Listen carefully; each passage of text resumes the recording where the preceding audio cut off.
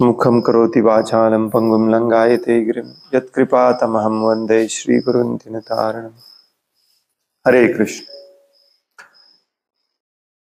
श्रीमद भगवद गीता जशी आहे तशी भाषांतर आणि तात्पर्य कृष्ण कृपा श्रीमूर्ती श्री श्रीमद AC भक्तिवेदांत स्वामी प्रभुपाद यांच्याद्वारे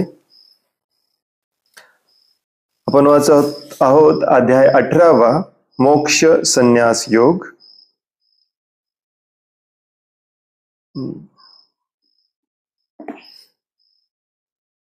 गीतेचा निष्कर्ष, त्यागाची पूर्णता। आणि आज आपण वाचणार आहोत श्लोक नंबर 41 ते 46, ज्याच्यामध्ये भगवंत वर्णाश्रम मधल्या वर्णांचं काम सांगतात आणि याच्या कुठल्याही श्लोकावरती तात्पर्य दिलेलं नाही आहे, कारण प्रभुपाद वर्णाश्रमाबद्दल सगळीकडे लिहितात आणि हा अख्खा अध्याय इथपर्यंत आपण जो वाचत आलोय तो वर्णाश्रमाबद्दलच आहे। कुठलं काम कोण करतं, तमोगुणी रजोगुणी सत्वगुणी यांचं काम कसं असतं त्यालाच वर्णाश्रम म्हणतात बेसिकली। ऍक्च्युली जसं पूर्वी एकदा सांगितलं की ब्राह्मण हा सत्वगुणामध्ये असतो, त्यामुळे हे 41 ते 45, 41 ते 44 या 4 श्लोकामध्ये 4ही वर्णांचं प्रमुख लक्षणं सांगतात भगवंत, आणि त्यानंतर 45 आणि 46 श्लोकामध्ये याचं महत्व सांगतात।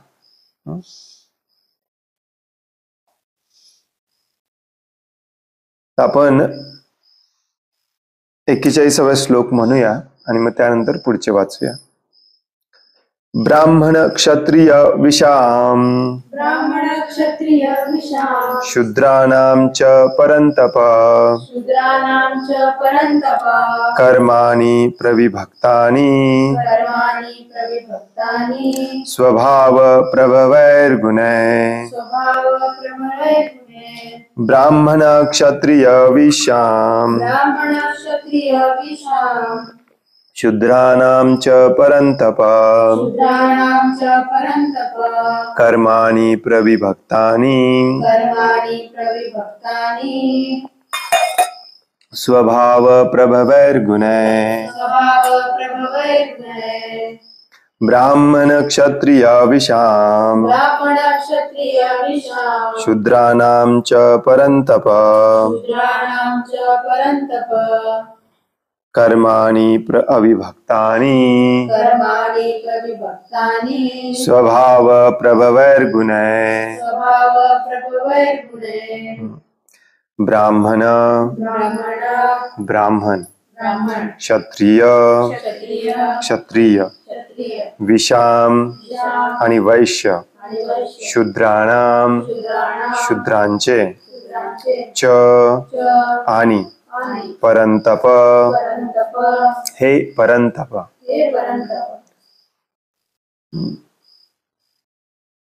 परंतपचा अर्थ असतो शत्रूला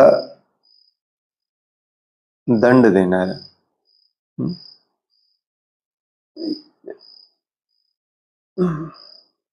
कर्माणि कर्मे प्रविभक्तानि विभाजित केले आहेत। स्वभाव त्यांचा स्वभाव प्रभवै च्यापासून उत्पन्न गुणे प्राकृतिक गुणांद्वारे। आतापर्यंतचे गुणांचं सगळं हे सांगितलं, त्याचा उपयोग आपल्याला इथे होणार आहे। याचं भाषांतर आहे, हे परंतप ब्राह्मण क्षत्रिय वैश्य आणि शूद्र यांचे वर्गीकरण हे प्राकृतिक गुणांद्वारे उत्पन्न त्यांच्या स्वभावानुसार केले आहे। आता हे कसं केलं जातं हे समजावून यावं, हा मुद्दा 4थ्या अध्यायामध्ये भगवंत एकदा सांगतात। चातुर्वर्ण्यम मया सृष्टम गुणकर्म विभागशः। आता या श्लोकामध्ये म्हणतात की ब्राह्मण क्षत्रिय वैश्य आणि शूद्र यांचं विभागणी यांचे वर्गीकरण प्रकृतीच्या 3 गुणांद्वारे उत्पन्न होणाऱ्या स्वभावानुसार केले जाते. 2 वेळा भगवद्गीतेत सांगितलं, त्यामुळे एक मुद्दा याच्यावरून स्पष्ट होतो, तो म्हणजे वर्ण हा जन्मानुसार ठरवला जात नाही, प्रकृतीच्या गुणानुसार ठरवला जातो. परंतु जनरली असं होतं की जन्मानेच आपण एखादे गुण घेऊन आलेलो असतो. आणि पूर्वीच्या काळामध्ये असं व्हायचं देखील की ब्राह्मणाच्या घरी जन्मलेला ब्राह्मणी प्रवृत्तीचाच असायचा. त्याला लहानपणापासून ब्राह्मणाचं ट्रेनिंग पण मिळायचं. त्यामुळे जनरली जन्मानेच असायचं. परंतु जसजसा वर्णसंकर वाढत जातो, लोक आपापला वर्ण सोडून देतात आणि दुसऱ्या वर्णाचं काम करायला लागतात. त्यालाच म्हणायचं वर्णसंकर. आणि हे वर्णसंकर होण्याचं काम असतं एकमेकाच्या कुलामधले हे विवाह वगैरे वगैरे, आणि ओव्हरऑल संपूर्ण सगळ्या बाजूनी भक्तीचा धर्माचा ऱ्हास होणे. धर्माचा ऱ्हास म्हणजेच पाप पुण्याचे संकल्पना कमी होणे आणि लोक कशी वाटेल तशी वागायला सुरुवात करणे. मग ब्राह्मण आपले गुण सोडतो आणि कसाही वागायला लागतो. मग हळूहळू लोक जन्माने, आडनावाने, महाराष्ट्रामध्ये जसं होतं, वर्ण ओळखायला लागतात. परंतु त्याला काही अर्थ नाही, तो खरा वर्ण नसतो. कारण शास्त्रामध्ये हजारो ठिकाणी सांगितलेलं आहे की वर्ण हा गुणांनी आणि कर्मांनीच ठरवला जातो, आणि कर्म देखील गुणांनी ठरवलं जातं. म्हणजे बेसिकली वर्ण हा गुणांनी ठरवला जातो. आता गुण आहेत 3 आणि वर्ण आहेत 4, हो की नाही? हे कसं समजावून घ्यायचं? कारण आतापर्यंत यज्ञ, तप, ज्ञान, ज्ञेय, कर्ता, कर्म, सुख, बुद्धी, निश्चय, हे सगळं आपण 3 बघत आलो. सत्वगुणी कसं असतं, रजोगुणी कसं असतं, तमोगुणी कसं असतं. मी तुम्हाला म्हटलं की 18व्या अध्यायाचा अर्धा भाग हा वर्णाश्रमासाठी आहे. पण तो आता खरा वर्णाश्रम सांगण्यात येत आहे. याच्या आधी जे सांगितलं हे वर्णाश्रम समजण्यासाठी हे गुण समजणे खूप महत्वाचे आहे. त्यांचं काम काय असतं, त्यांचा कर्ता कसा असतो, त्यांचं सुख कशात असतं, त्यांचा निश्चय कसा असतो, हे सगळं समजणं महत्वाचं आहे. तर पुढच्या 3 श्लोकांमध्ये भगवंत याची विभागणी सांगतात आणि थोडंफार गुण पण सांगतात. परंतु इथे एकाही श्लोकावरती प्रभुपादांनी तात्पर्य दिलेलं नाही. कारण आधीच जिथे जिथे वर्णाश्रमाचा उल्लेख केला तिथे प्रभुपादांनी डिटेलमध्ये सांगितलेला आहे. जो पूर्णपणे सत्व गुणामध्ये असतो तो ब्राह्मण असतो. हे मी पुढचं वाचणार आहे. पुढच्या श्लोकामध्ये ते दिलेलं नाहीये, फक्त डायरेक्टली त्यांची गुण दिलेले आहेत. कसा असला पाहिजे ब्राह्मण, कसा असला पाहिजे क्षत्रिय. त्यामुळे हे थोडंसं आपण चर्चा करूया आणि मग पुढचे श्लोक वाचायला घेऊया. जो पूर्णपणे सत्वगुणामध्ये असतो तो ब्राह्मण असतो. जो पूर्णपणे रजोगुणामध्ये असतो तो क्षत्रिय असतो. पूर्णपणे म्हणजे पूर्णपणे नाही, जसं काल परवा आपण चर्चा केली, संध्याकाळी आपण थोडंसं तमोगुणामध्ये येतो, सकाळी सत्वगुणामध्ये असतो. परंतु प्रायमरीली त्याचा प्राथमिक गुण असतो सत्वगुण. त्याचा कर्म करण्याच्या पद्धती असते सत्वगुणाची. आपण वाचले कर्म कसे करतात सत्वगुणीवाले, रजोगुणीवाले, तमोगुणीवाले. असा व्यक्ती ब्राह्मण म्हणून ओळखला जातो. जो रजोगुणामध्ये कर्म करतो, प्राथमिक त्याचा गुण असतो रजोगुण, त्याला क्षत्रिय म्हटलं जातं. आणि ज्या व्यक्तीमध्ये रज आणि तमगुण दोन्ही हाफ असतात, 50-50, त्याची कर्म थोडी रजोगुणाने पण प्रेरित असतात, थोडी तमोगुणाने पण प्रेरित असतात, अशा व्यक्तीला वैश्य म्हटलं जातं. आणि जो पूर्णपणे तमोगुणामध्ये असतो, म्हणजे ज्याचा प्रायमरी गुण तमोगुण असतो, त्याला शूद्र म्हटलं जातं. आता 14व्या अध्यायात देखील भगवंत आपल्याला सांगतात की हे गुण कायमचे असेच नसतात, बदलतात.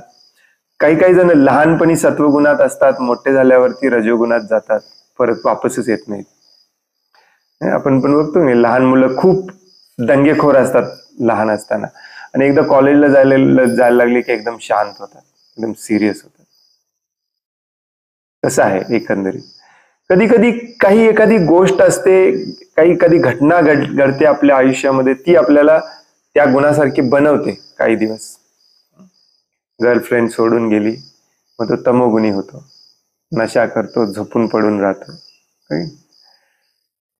कुणी चांगल्या व्यक्तीचा संग मिळाला तर आपण चांगल्या गुणामध्ये येतो, वाईट व्यक्तीचा संग मिळाला तर ज्या ज्या गुणाचा आपल्याला जसा जसा संग मिळतो त्याप्रमाणे आपण वागायला लागतो.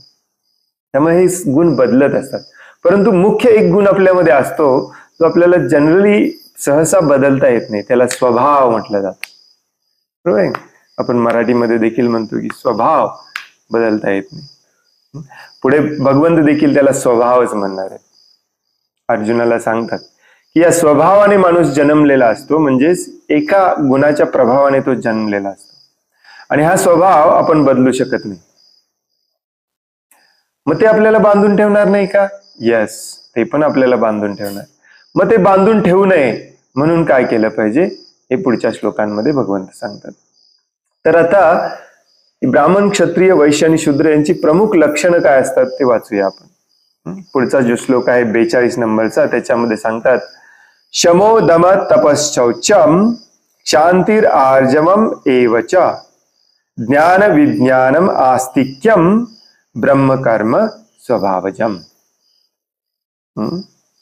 शमो म्हणजे शांती, तो विचलित होत नाही, ॲजिटेट होत नाही. दम म्हणजे आत्मसंयम, कंट्रोल, स्वतःवरती, इंद्रियांवरती, मनावरती ज्याचा कंट्रोल असतो. तपः म्हणजे तपस्या असते, शरीराची तपस्या, वाचेची तपस्या, मनाची तपस्या. शौचम म्हणजे क्लीनलीनेस, स्वच्छता, पवित्रता, आतून बाहेरून खूप क्लीन असतो. शांती, शांती म्हणजे सहनशीलता, शांती नव्हे शांती, शांती म्हणजे सहनशीलता. अशा व्यक्तीमध्ये ब्राह्मण, जो स्वतःला ब्राह्मण म्हणवतो असतो, त्याच्यामध्ये खूप सहनशीलता असते. कारण त्याला माहिती, ब्राह्मणचा अर्थ असतो ज्याला ब्रह्म समजलाय.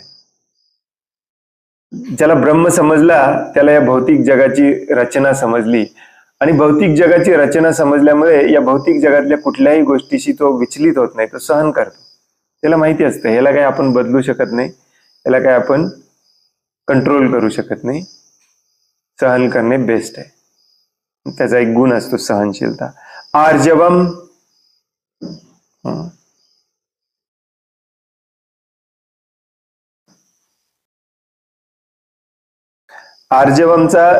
आर्जवम हा शब्द बऱ्याचदा येतो भगवद्गीतेमध्ये. प्रत्येक ठिकाणी श्रील प्रभुपाद आपल्याला आर्जवमचा अर्थ सांगतात, सरळपणा, साधेपणा. आता इथे थोडस तोच शब्द बदलून सांगितलाय. आर्जवम म्हणजे प्रामाणिकपणा, म्हणजे हा जो साधेपणा आहे तो आपल्या वागण्यात असला पाहिजे, ब्राह्मणाच्या वागण्यात असला पाहिजे. आणि वागण्यात साधेपणा आला की राहण्यात आपोआप येतो. वागण्यातला साधेपणा म्हणजे काय? उगीच अति भौतिक सुखासाठी खोटं बोलणे, फसवणे, सांगायचे एक करायचे एक, असल्या भानगडीतच तो पडत नाही. खूप साधा सोपा सरळ असतो ब्राह्मण. तो विचार करतो आता याला खोटे बोला, परत ते लक्षात ठेवा, परत ते सांगा, 4 दिवसांनी बदला. कोण सिंपल जीवन असतं त्याचं, आणि याच्यासाठी प्रामाणिकपणा अत्यंत गरजेचं आहे, दुटप्पीपणा नसणे. शमो दम तपश्चौच क्षांतिर आर्जवम एवच. एव म्हणजे निश्चितपणे, च म्हणजे आणि, ज्ञानम ज्ञान, त्याचं प्रमुख लक्षण असतं ज्ञान. त्याचं प्रमुख लक्षण असतं ज्ञान, म्हणून तो सदैव सुखी असतो. तो राहतो एकदम सिंपल झोपडीमध्ये. कर्दमुनींची आपण कथा वाचत आहोत, हो की नाही? परंतु जगातल्या कुठल्याही व्यक्तीपेक्षा तो सुखी असतो. का? कारण तो ज्ञानामध्ये स्थित असतो. आणि सगळ्यात बेस्ट ज्ञान कुठलं आहे? हे जाणणे की भौतिक जगामध्ये आपण भौतिक गोष्टींनी सुखी होऊ शकत नाही. स्वतःचं स्वरूप जाणणे हे बेस्ट ज्ञान आहे. मी कोण आहे हे जाणणे, मी शरीर नाही, मी आत्मा आहे. हे बऱ्याचदा आपण 4थ्या अध्यायामध्ये वाचलं, 13व्या अध्यायामध्ये वाचलं. ज्ञान म्हणजे काय, तर ब्राह्मणाचं खरं लक्षण असतं ज्ञानम, आणि त्याच्या पुढे विज्ञानम म्हणजे काय. ज्ञानम आणि विज्ञानम म्हणजे फरक काय असतो, तीच गोष्ट. ज्ञानम म्हणजे शिकणे, माहिती करून घेणे, जाणणे. विज्ञानम किंवा विज्ञानम म्हणजे ती आचरणात आणणे. नुसतंच ज्ञान नाहीये, ते ऍक्च्युअली तुम्ही बघू शकता, पाहू शकता, असं ज्ञान आहे. म्हणून त्याला विज्ञान म्हणलं. त्यामुळे ब्राह्मण कधी घाबरत नाही, सत्वगुणी असतो. काल परवा आपण वाचलं नाही, तो भीत नाही. कष्ट पडो, काही पडो, जे ज्ञान घेतलंय त्याप्रमाणे वागायचा प्रयत्न करतो. कारण त्याचं ठाम मत असतं की याच्यातच सुख आहे. अति संग्रह करण्यामध्ये सुख नाही, अति प्रयास करण्यामध्ये सुख नाही, या भौतिक जगामध्ये जास्तीत जास्त साठवून ठेवण्यामध्ये सुख नाही, जास्तीत जास्त साठवण्यासाठी जास्तीत जास्त प्रयत्न करण्यामध्ये सुख नाही. परफेक्टली तो जाणलेला असतो.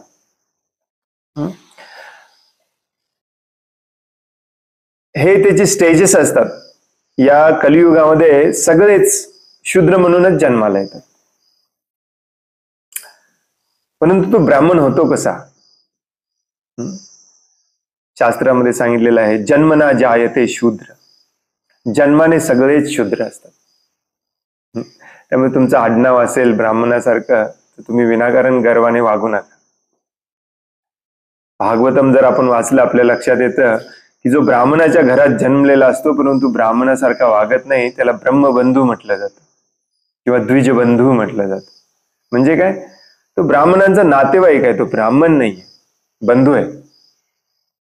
तसंच क्षत्रबंधू पण असतं, जो क्षत्रियाच्या घरात जन्मलाय परंतु क्षत्रियासारखा वागत नाही. आता ही वर्ण व्यवस्था कशी बिघडली, त्याला विकृत स्वरूप कसं आलं, याच्याबद्दल आपण बऱ्याचदा चर्चा केलेली आहे. शेवटी आपण वेळ असेल तर परत एकदा चर्चा करूया. परंतु आज आपल्याला समजावून घ्यायचंय. का समजावून घ्यायचं आहे हे अत्यंत महत्वाचं आहे. कारण पुढच्या हे समजावून सांगितल्यानंतर भगवान श्रीकृष्ण जे सांगणार आहेत ते गीतेतलं सर्वश्रेष्ठ ज्ञान आहे. हे जर तुम्हाला समजलं तर तुम्ही पाप कर्म बंद करू शकता.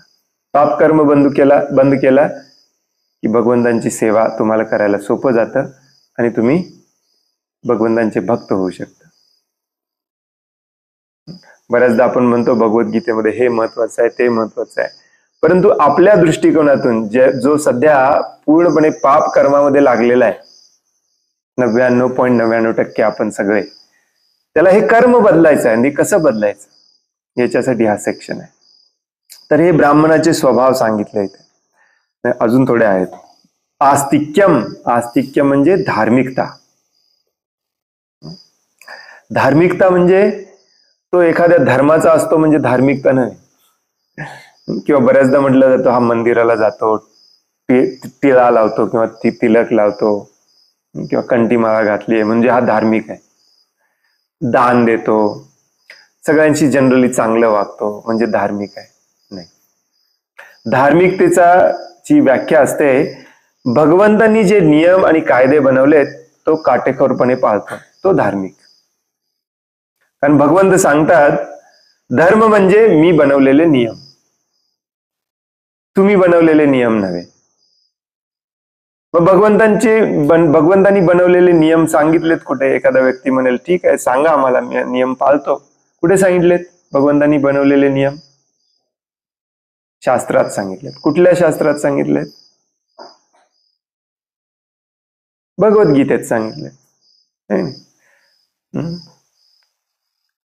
जो भगवद्गीतेप्रमाणे वागतो तो धार्मिक. ज्याच्या घरात भगवद्गीता पण नाही परंतु भगवा तिलक लावून फिरतो सगळीकडे, तो धार्मिक नाही. ज्याच्या घरी भगवद्गीता आहे, जो रोज वाचन श्रवण करतो, त्याच्याप्रमाणे वागतो, तो धार्मिक. त्याला म्हणायचं ब्राह्मण. तर हे ब्राह्मणाचे गुण आहेत. आणखीन एकदा मी वाचतो. हे जर गुण नसतील तर त्याला ब्राह्मण दीक्षा दिली नसली पाहिजे. तो ब्राह्मण म्हणण्याच्या पात्रतेचा नाही. प्रभुपादांनी पण शेवटी हे खूप स्ट्रिक्ट केलेलं. शांती, आत्मसंयम, तपस्या, पावित्र्य म्हणजे क्लेनलीनेस, खूप क्लीन असला पाहिजे हा. सहनशीलता, प्रामाणिकपणा, दुटप्पीपणा नसणे, ज्ञान, बुद्धिमत्ता आणि धार्मिकता या स्वाभाविक गुणानुसार ब्राह्मण कर्म करतात. आता याच्यावरून एक लक्षात आलं पाहिजे आपल्याला, हे सगळे गुण असल्यामुळे ब्राह्मणाचं काम हे नेहमी खूप बुद्धिमत्तेचं काम असतं. आपल्याला पण म्हटलं नाही, ज्याला बुद्धी जास्त आहे तो ब्राह्मण. येस, ते बरोबर आहे ऍक्च्युली. परंतु ही असली बुद्धिमत्ता नव्हे. सॉफ्टवेअर इंजिनिअरिंग, मेडिकल, डॉक्टर होणे आजकालचे. येस, पूर्वीच्या काळामध्ये देखील ब्राह्मणच डॉक्टर असायचे, वैद्य म्हटलं जायचं त्यांना.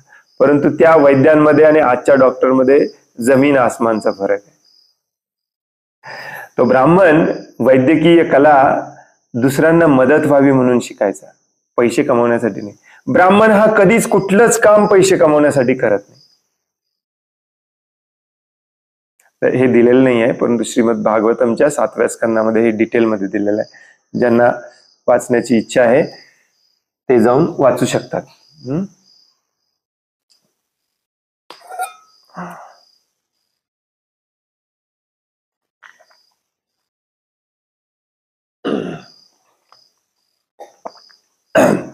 भागवतामध्ये एक श्लोक आहे, त्या श्लोकामध्ये म्हटलेला आहे की ज्या दिवशी ब्राह्मण हा नोकरी स्वीकारतो पैशाच्या बदल्यात, त्या दिवशी तो ब्राह्मण राहत नाही. अगदी टीचरची जरी नोकरी असली तरी श्रील प्रभुपाद तिथे तात्पर्यामध्ये सांगतात की ब्राह्मण हा कधीच कुठलंही ज्ञान द्यायला कधीच पैसे घेत नाही. नसेल तर तो एका क्षणामध्ये त्याचं ब्राह्मण पद त्याचं नष्ट होतं. Actually very important. त्यामुळे ब्राह्मण लोकांचं काम काय सांगितलेलं आहे शास्त्रामध्ये? पठन, पाठन, यजन, याजन, दान, प्रतिग्रह. इथं सांगितलेलं नाही, पण ते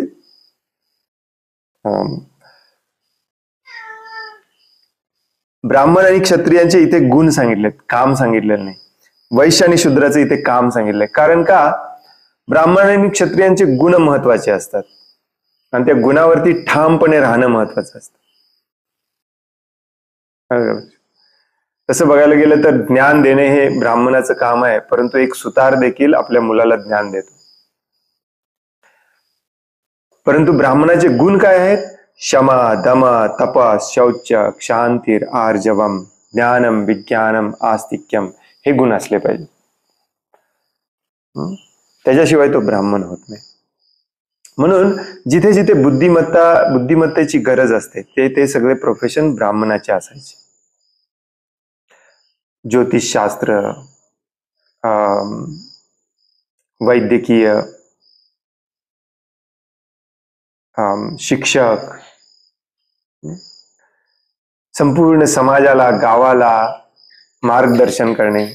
आणि हे सगळं एकाच दृष्टिकोनातून की भौतिक जग काय आहे आणि इथून बाहेर कसं पडलं पाहिजे याच्यासाठी मार्गदर्शन करणे. याच्यासाठीच वैद्य होणे, डॉक्टर होणे, याच्यासाठीच शिक्षक होणे, याच्यासाठीच ज्योतिष कला शिकणे, सगळं याच्यासाठीच करणे. कारण का? ब्राह्मण त्याच व्यक्तीला म्हटलं जातं ज्याने ब्रह्म जाणलेला आहे. या एका श्लोकामध्ये सांगितलेलं आहे की जो ब्रह्म जाणतो तो ब्राह्मण. ब्रह्म जानाति इति ब्राह्मण.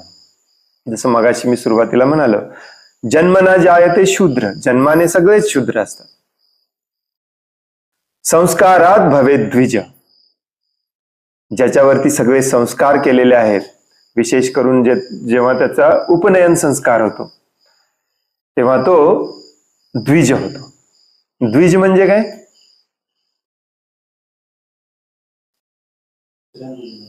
द्विज म्हणजे ज्याचा दुसरा जन्म झालेला आहे.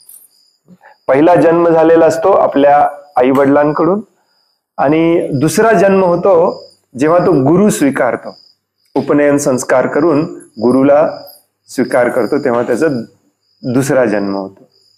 हे ब्राह्मणांसाठी, क्षत्रियांसाठी अत्यावश्यक असतं. दुसऱ्या जन्माच्या वेळी गुरु त्याचे पिता होतात आणि वेद त्याची माता होते. म्हणलेलं आहे जन्मना जायते शूद्र संस्कारात भवे द्विज. संस्काराने तो द्विज होतो, त्याचा दुसरा जन्म होतो. वेद पाठनात भवेत विप्र. जेव्हा तो वेदांचा अभ्यास करतो तेव्हा तो विप्र होतो. विप्र या शब्दाचा अर्थ असतो वेदांमध्ये एक्सपर्ट. सुदामा विप्र आपण ऐकली. जेव्हा तुम्ही शास्त्र वाचाल भागवतम विशेष करून तेव्हा द्विज, विप्र, ब्राह्मण हे सगळे शब्द ब्राह्मणासाठी वापरले जातात आलटून पालटून कधी ते. पण तो ऍक्च्युली याच्यामध्ये हा डिफरन्स असतो, फरक असतो. द्विज, विप्र आणि मग विप्र ब्राह्मण होतो. परंतु हे द्विज झाल्यापासूनच त्याचे ब्राह्मण होण्याची तयारी सुरू झालेली असते. त्यामुळे हे तिन्ही शब्द त्याच्यासाठी आलटून पालटून वापरतात, त्यात काही प्रॉब्लेम नाही. परंतु शेवटची जी स्टेज आहे, वेद पठन झाल्यानंतर देखील तो ब्राह्मण होत नाही. वेदांचं पठन पाठन केल्यानंतर जेव्हा तो ब्रह्म जाणतो तेव्हा तो ब्राह्मण होतो. ब्रह्म जानाति इति ब्राह्मण.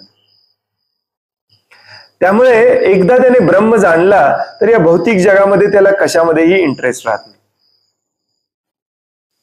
आणि मग हे भौतिक जग किती डेंजरस आहे हे कळाल्यामुळे त्याचं एकच काम असतं, हे ज्ञान सगळं दुसऱ्यांना देणे, फ्री मध्ये देणे.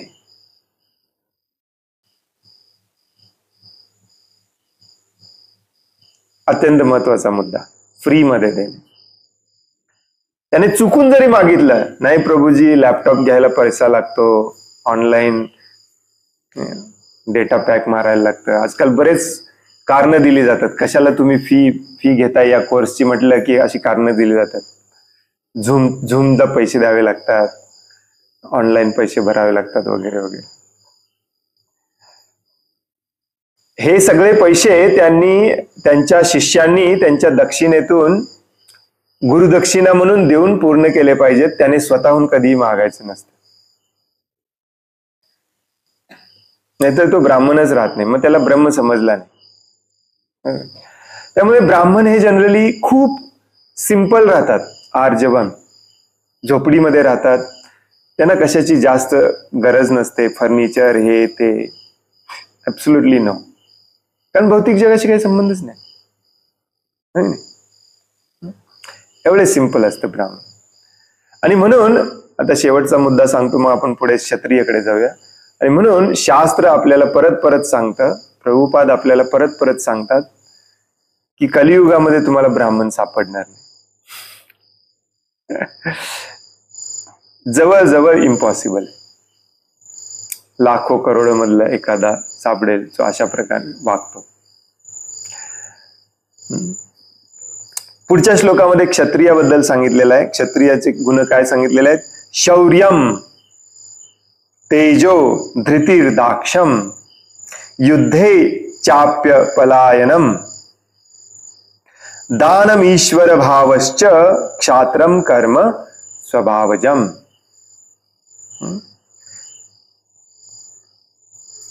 शब्द टू शब्द मी वाचत नाही कारण हेच आपल्याला डिस्कस करायचं आहे. शौर्य म्हणजे ज्याच्या अंगामध्ये शौर्य असतं, शूर असतो तो. शूरचा अर्थ असा नाही गुंडागर्दी करतो, आजकाल पण बरेच शूरवीर आहेत समाजामध्ये. शूरचा अर्थ असतो सत्य,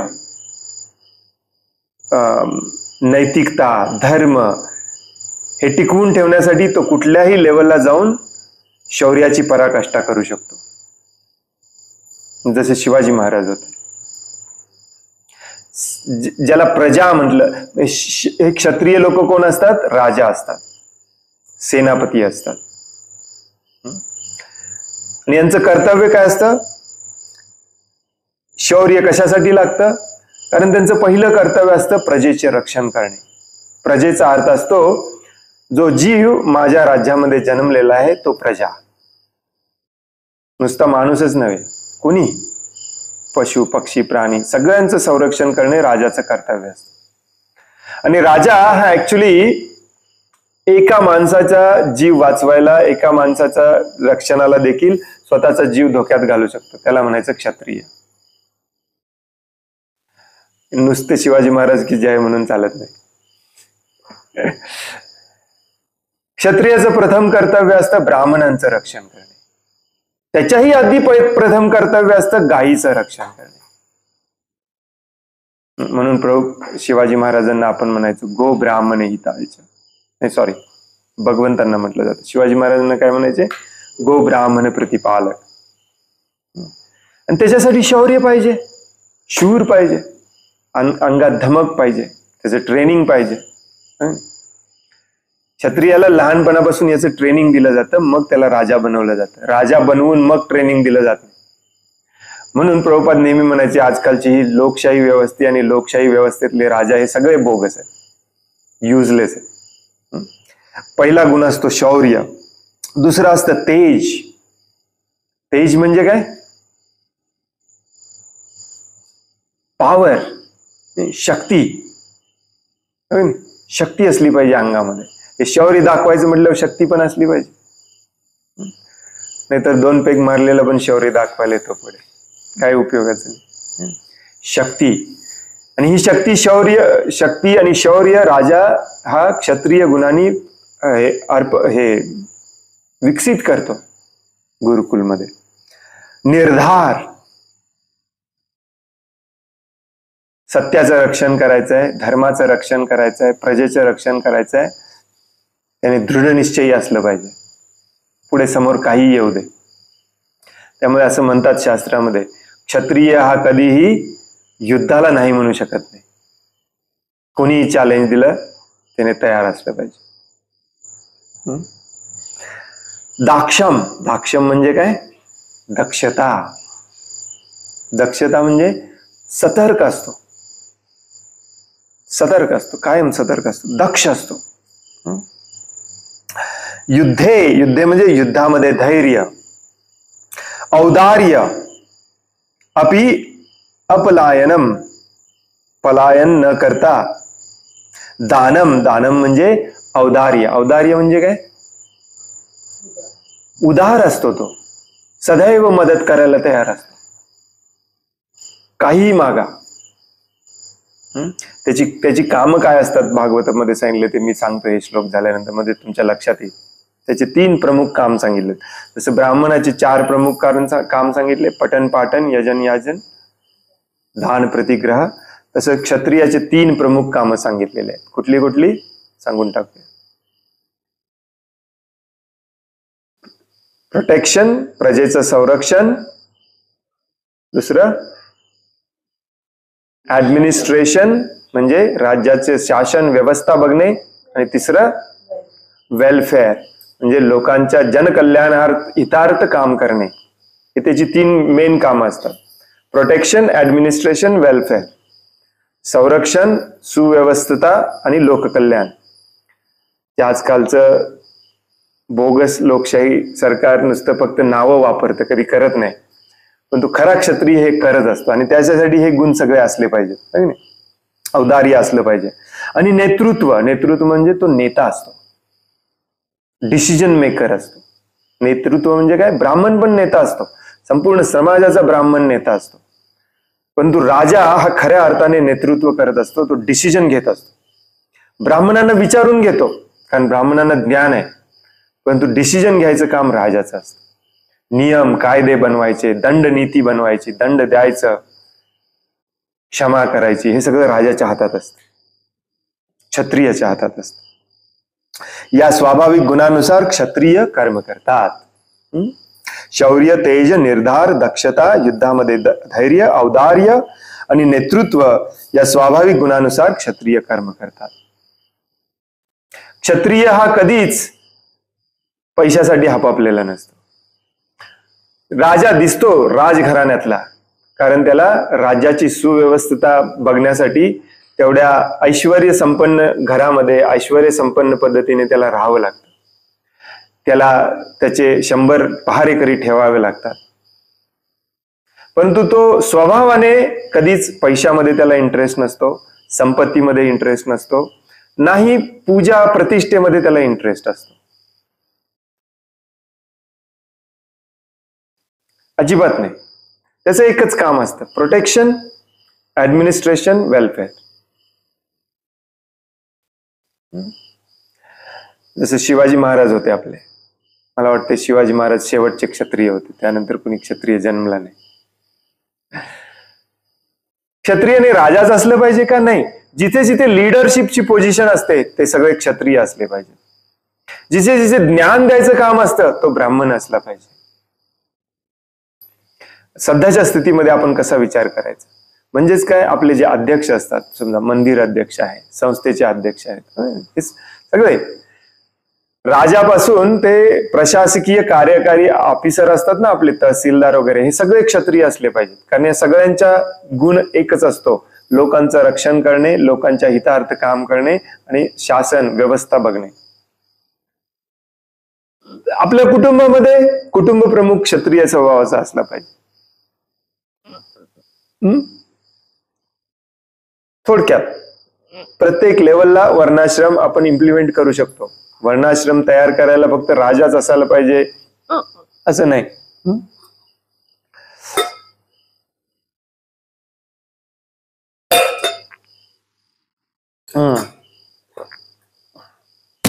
सॉरी.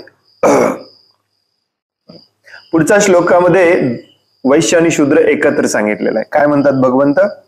कृषी गोरक्ष वाणिज्यम वैश्य कर्म स्वभावजम. हे वैश्याचं झालं. कृषी गोरक्षा वाणिज्यम, तीनच गोष्टी सांगितल्यात. कृषी गोरक्षा वाणिज्यम वैश्य कर्म स्वभावजम. परिचार्यात्मकम कर्म शूद्रास्यापि स्वभावजम. शूद्राचं एकच काम सांगितलंय, परिचार्यात्मिका. म्हणजे काय आपण चर्चा करूया. पहिल्यांदा वैश्य. वैश्य कोण असतो? कृषी गोरक्षा वाणिज्यम. सध्या स्थितीला बऱ्याच लोकांना वाटतं की वैश्य म्हणजे जो व्यापार करणार आहे, बरोबर आहे की नाही? बऱ्याच समाजामध्ये ही आपली चुकीची धारणा झालेली आहे, वैश्य म्हणजे व्यापार करणारा. नाही. वैश्याचं प्रथम कर्तव्य असतं कृषी, गोरक्षा, आणि मग वाणिज्यम. वाणिज्यम म्हणजे व्यापार, परंतु कसला व्यापार? त्या कृषी आणि गोरक्षेवर आधारित व्यापार. व्यापार म्हणजे मोबाईलचं दुकान टाकणाऱ्याला वैश्य म्हणायचं नाही, वैश्य म्हणायचं नाही. प्लॅस्टिकची फॅक्टरी टाकणाऱ्याला वैश्य म्हणायचं नाही.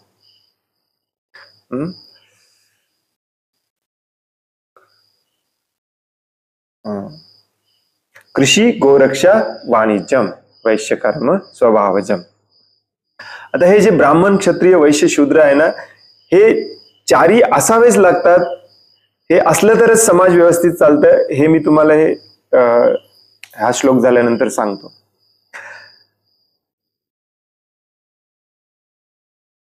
आणि मग तुमच्या लक्षात येईल की कृषी गोरक्षा का सांगितलेलं आहे. शेवटचं आहे शूद्र. शूद्राचं काम काय असतं? शूद्राचे लक्षण काय असतं? परिचार्यात्मिका. म्हणजेच काय? सेवा करणे. परिचारी म्हणून ना, परिचारी, ऑफिस मधलं परिचारिक. परिचार्यात्मिका कोणाची? वैश्य, क्षत्रिय आणि ब्राह्मणांची सेवा करणे. सेवा करणे म्हणजे काय? चाकरी करणे नव्हे. जसं आपल्याला शिकवलं जातं मूर्ख आसुरी वर्णाश्रमामध्ये. सेवा करणे म्हणजे चाकरी करणे नव्हे. सेवा करणे म्हणजे ते जे काम करतायत त्याच्यामध्ये मदत करणे. कारण शूद्र हा नॅचरली तमोगुणामध्ये असतो, ज्याला जास्त ज्ञान नसतं. म्हणून कोणाला शूद्र म्हणवून घ्यायला आवडत नाही, पण ऍक्च्युली सगळे आपण शूद्रच आहोत या कलियुगामध्ये. तो ब्राह्मणाला मदत करतो ब्राह्मणाच्या कार्यामध्ये, तो क्षत्रियाला मदत करतो. सैनिक वगैरे असतात ना सैन्यामध्ये, ते सगळे शूद्र असतात. आणि वैश्याला मदत करतो गायीची सेवा करण्यामध्ये, शेतीच्या कार्यामध्ये वगैरे. त्याचं काम असतं परिचार्यात्मक. आता तुम्हाला अजून जास्त गुण बघायचे असतील तर तुम्ही श्रीमद भागवतमचा 7वा स्कंद वाचू शकता, जिथे शूद्राचं पण लक्षण सांगितलेलं आहे. सत्य बोलणे, क्लीन राहणे, स्वच्छ राहणे. त्यामुळे त्या व्याख्येप्रमाणे आपण जर बघायला गेलो की आपण शूद्र पण नाही, आपण शूद्राच्या खालचे आहोत. आणि जे या 4 वर्णांमध्ये फिट बसतात तो माणूस म्हणून घ्यायला लायक असतो. जो शूद्राच्या पेक्षाही खालच्या वर्णासारखं काम करतो, वागतो, तो ऍक्च्युली जनावर असतो, प्राणी असतो, पशु असतो. आणि आज आपण पाहतो यातलं आपण काहीच करत नाही. म्हणजेच काय, जो पाप कर्म करतो. समाजाची व्यवस्था ही या 4 वर्णांमुळेच व्यवस्थित राहू शकते, नसेल तर नाही. आणि बऱ्याच ठिकाणी हे मान्य केलं जातं. आजकाल आपण वर्णाश्रम नको, जातपात नको म्हणतो. ऍक्च्युली वर्णाचा आणि जातीचा काही संबंध नाही. वर्ण हे 4च असतात, फक्त पुरुषांसाठीच असतात, स्त्रियांसाठी नसतात.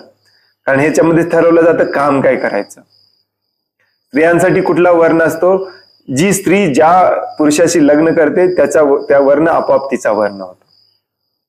तिच्यासाठी स्पेशल ड्युटी सांगितलेली आहे, त्याला म्हटलेलं आहे स्त्री धर्म. त्याची लक्षणं, त्याची कामं वेगळीच सांगितलेली आहेत. तो आजच्या आपल्या लेक्चरचा विषय नाही. परंतु ब्राह्मण, क्षत्रिय, वैश्य, शूद्र हे सगळीकडे असतात, तुम्ही नको म्हटला तरी. नाही, हे कसे समजायचं बघा. ब्राह्मण म्हणजे बुद्धिमान वर्ग, अक्कल आहे, तो डोक्याने काम करू शकतो. क्षत्रिय म्हणजे मॅनेजर वर्ग, मॅनेजमेंट करणार, सगळे मॅनेजमेंट बघणार. एखादा शास्त्रज्ञ असेल, भौतिक दृष्टीने किंवा या आधुनिक वैज्ञानिक युगामध्ये जर आपण याची तुलना करायला गेली, एखादा शास्त्रज्ञ असतो परंतु याला मॅनेजमेंट जमत नाही. ज्ञानी आहे भरपूर, मॅनेजमेंटचे वेगळेच असतात, ते आहेतच. वैश्य म्हणजे उत्पादन करायला त्याला जमतं. समाजाला ज्या गोष्टी लागतात ते तो उत्पन्न करतो. आता इथे सांगितलंय फक्त कृषी गोरक्षक मधूनच उत्पन्न केलं पाहिजे. आजकाल तो वेगवेगळ्या पद्धतीने प्लास्टिक, लोखंड सगळंच उत्पन्न करतो. परंतु ही व्यवस्था कशी आहे बघा. एक ज्ञानी, एक मॅनेजमेंट बघणारा, एक उत्पादन करणारा आणि एक सगळ्यांना मदत करणारा. हे चौघे एकमेकांना मदत करतात आणि असा समाज बनलेला असतो. आता याच्यामध्ये थोडासा फरक असा असतो की 100 जणांचा एक ग्रुप घेतला, त्याच्यामध्ये एखादाच ब्राह्मण असतो. कारण बुद्धिमान होणे तेवढं सोपं नाही.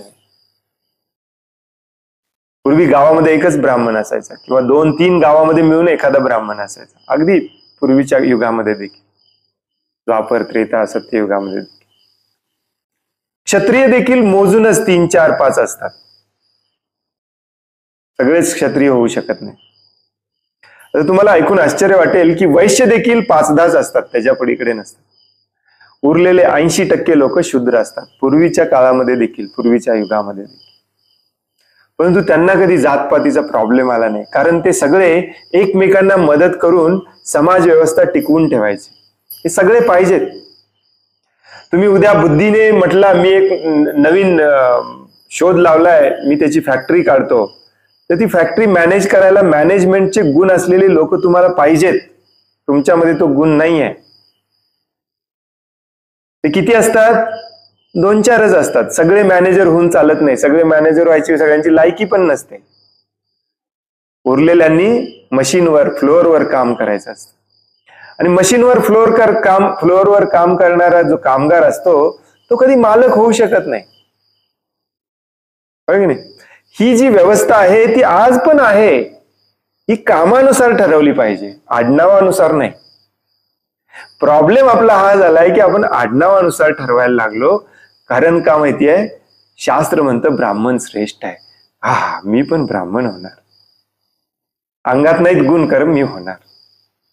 जसं आजकाल काही लोक अंगात गुण नाही, परंतु मोदीजी कर्ज द्यायलेत म्हणून कर्ज काढून नवीन बिझनेस सुरू करतात आणि सगळं डुबवून बसतात. डोकं पण पाहिजे ना. आता ह्याच्यात चुकीचं काही नाहीये. ब्राह्मणाला श्रेष्ठ का म्हटलंय? कारण तो आपल्याला ज्ञान देतो, आपलं मार्गदर्शन करतो. एक कृतज्ञता व्यक्त करायची म्हणून श्रेष्ठ म्हटलेलं आहे. जसं भागवतमच्या पहिल्याच स्कंदामध्ये सांगितलं जातं की ब्राह्मण म्हणजे भगवंतांचे डोकं आहे, क्षत्रिय म्हणजे भगवंतांचे बाहू आहेत, वैश्य म्हणजे भगवंतांचे उदर आहे, हा चेष्ट कटिबंध आहे जो त्याला उत्पादन लागतं, आणि शूद्र म्हणजे भगवंतांचे पायापासून निर्माण झाले. काही काही ब्राह्मण गर्वाने म्हणतात, छा, तुम्ही भगवंतांच्या पायापासून निर्माण झाले. अरे पण तुझे पाय तोडले तर तू चालू शकणार आहे का? एक शरीर चालायला हे चौघे महत्वाचे असतात. डोकं पण महत्वाचं असतं, ब्राह्मण पण महत्वाचा असतो, क्षत्रिय पण महत्वाचा असतो, उदर वैश्य पण महत्वाचा असतो, पाय पण महत्वाचे असतो.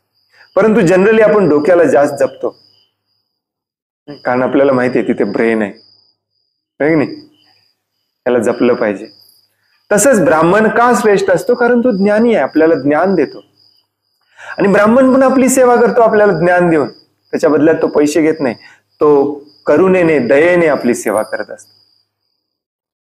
क्षत्रिय आपलं रक्षण करतो, वैश्य सगळ्यांना खाण्यापिण्याचं पुरवायचं काम करतात, आणि शूद्र म्हणतो हे सगळे माझ्यासाठी एवढी सेवा करायला आहेत, मी त्यांची का सेवा करू नये. ही परफेक्ट वर्णाश्रम व्यवस्था असते. याला म्हणायचं परफेक्ट वर्णाश्रम व्यवस्था.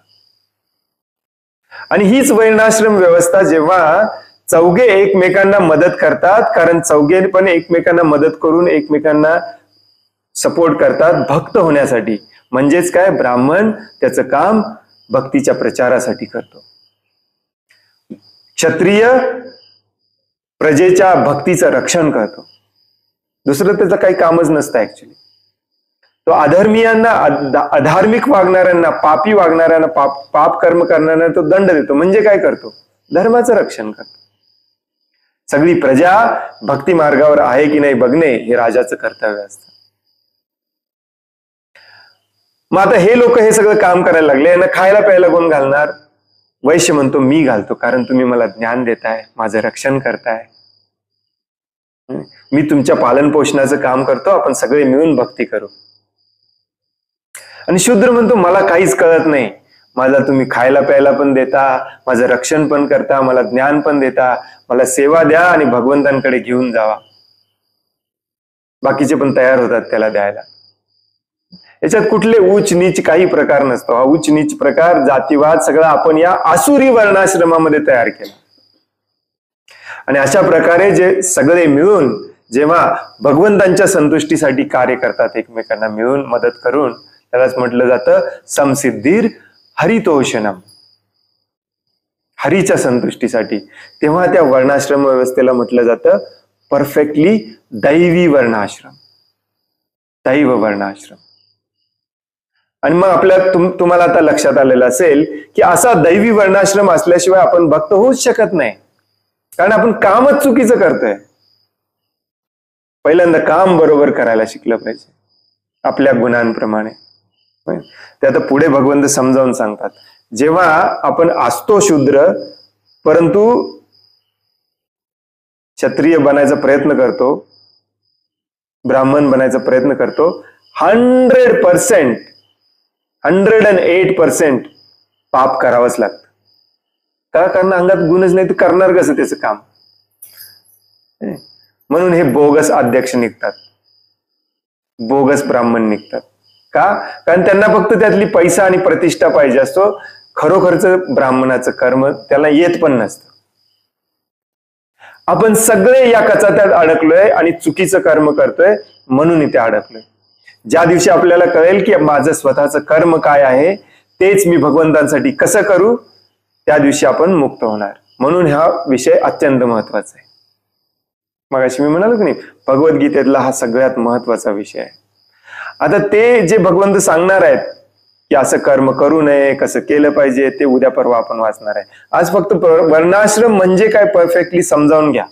तुमचे काय संशय असतील, शंका असतील, त्याचं निरसन करून घ्या, कारण खूप चुकीची संकल्पना आहे. बऱ्याच जणांना वाटतं की जात म्हणजे वर्णाश्रम.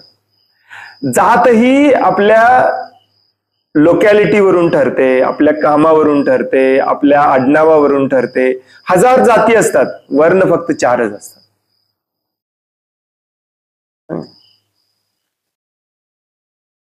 कुणी एका जातीचा माणूस ब्राह्मण असू शकतो, नो प्रॉब्लेम, कारण ते कशावरून ठरतं?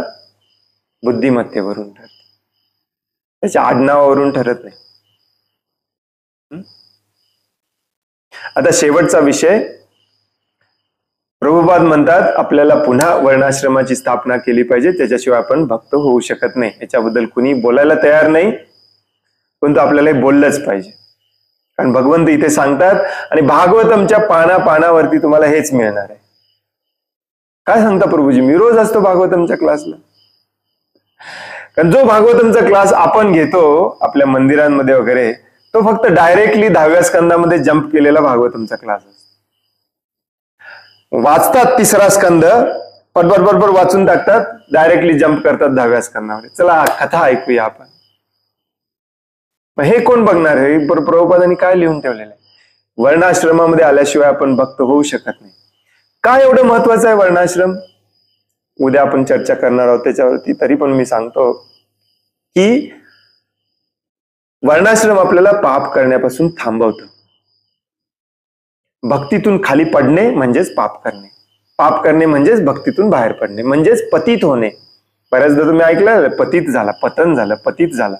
नुसतं म्हणतो आपण पतन झालं, पतन झालं, पतित झालं, पतन झालं. म्हणजे काय? म्हणजे काय?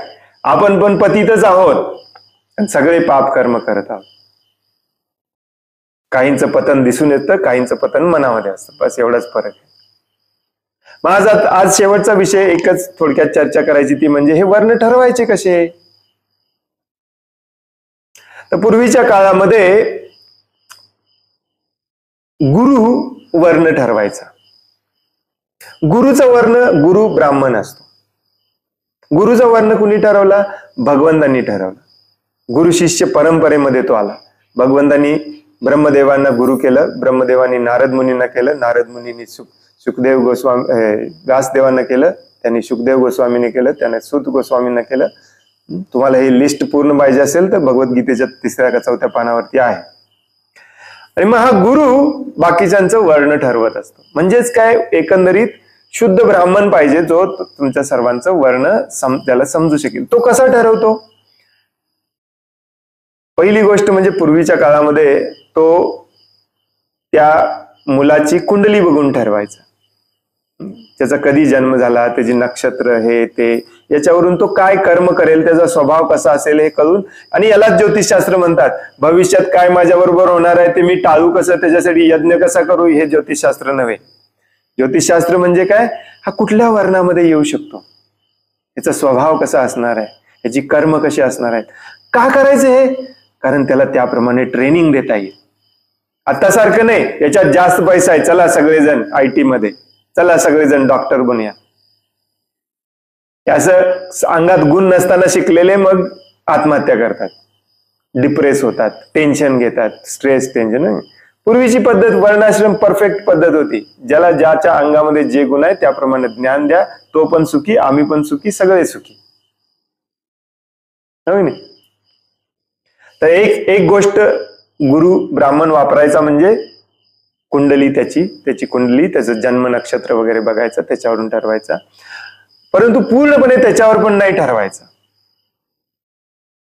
दुसरी एक गोष्ट वापरायचा ते म्हणजे वयाच्या 10 वर्षापर्यंत तो ऑब्झर्व करायचा. ते गुरुकुलमध्ये त्याच्याकडे सगळी मुलं असायची आणि तो बघायचा कुणामध्ये काय गुण आहेत. आणि मग 10व्या वर्षानंतर तो सांगायचा, हा ब्राह्मण स्वभावाचा आहे, याला पठण पाठन करायला पाठवा. हा क्षत्रिय स्वभावाचा आहे, याला राजनीती दंडनीती शिकवा. हा वैश्य स्वभावाचा आहे, हा शूद्र स्वभावाचा आहे, यांना घरी पाठवा. आपापल्या आई बाबा काका चाच्याकडून हे शेती आणि त्यांचा व्यवसाय शिकतील. 10वी पर्यंतच शाळा होती पूर्वी. आज आपण 24, 28, 32 वर्षापर्यंत शिकतोय, नुसतं शिकतोयच, युजलेस. अशा प्रकारे वर्ण ठरवला जायचा. आणि जास्तीत जास्त प्रमाणामध्ये तो जन्मानेच ठरवला जायचा. का? कारण पूर्वीची व्यवस्थेमध्ये वर्णाश्रम टिकून होतं. आता वर्णाश्रम बिघडलेला आहे. कुणी कुठल्या वर्णाशी कुठेही लग्न करतो, कसंही वागतो. अगदी खालच्या थराला जाऊन पाप कर्म करायला लागलोय आपण, व्यभिचार करायला लागलोय. त्यामुळे कोण वर्ण ठरवणार? सगळे जीन्स मिक्स झाले, गुण मिक्स झाले. अमेरिकेसारख्या ठिकाणी तर त्या बाईला माहिती पण आहे ह्याचा बाबा कोण आहे. एवढ्या खालच्या पातळीला गेलेलो आहे आपण. कोण ठरवणार वर्ण? पूर्वीच्या काळात जन्माने का ठरवलं जायचं? कारण तो ब्राह्मणाच्या घरात जन्मायचा, आई वडील दोघांचे ब्राह्मणाचे गुण असायचे. जसं आपण नुसतेच आपण डोळ्याचा कलर, केसाचा कलर, उंची आईबाबांचं घेऊन येत नाही, आईबाबांचे गुण पण घेऊन येतो. आणि मग त्याला साहजिकच लहानपणी तेच संस्कार पण मिळायचे घरामध्ये, ब्राह्मणाच्या घरामध्ये त्याला पूजा करायला शिकवायचे, श्लोक म्हणायला शिकवायचे, त्यामुळे तो साहजिकच ब्राह्मण व्हायचा, त्यात काही चुकीच नाही. त्यामुळे पूर्वीच्या युगांमध्ये चुकून एखादा ब्राह्मण क्षत्रिय व्हायचा, क्षत्रिय ब्राह्मण व्हायचा, एखादा शूद्राच्या घरात जन्मलेला देखील बुद्धिमान निघायचा, पण तो चुकून व्हायचा. आजकाल तसं नाही, आजकाल कोणीही काही होऊ शकतो, कारण सगळं वर्णसंकर झालेला आहे, परंतु वर्णाश्रम पाहिजे. आता कोण ठरवणार? आता देखील ती ठरवण्याची जबाबदारी गुरुवरच असते, परंतु गुरुला इंटरेस्टच नाही, तुम्हाला कधी भेटतच नाही, त्यामुळे ठरवणार कधी?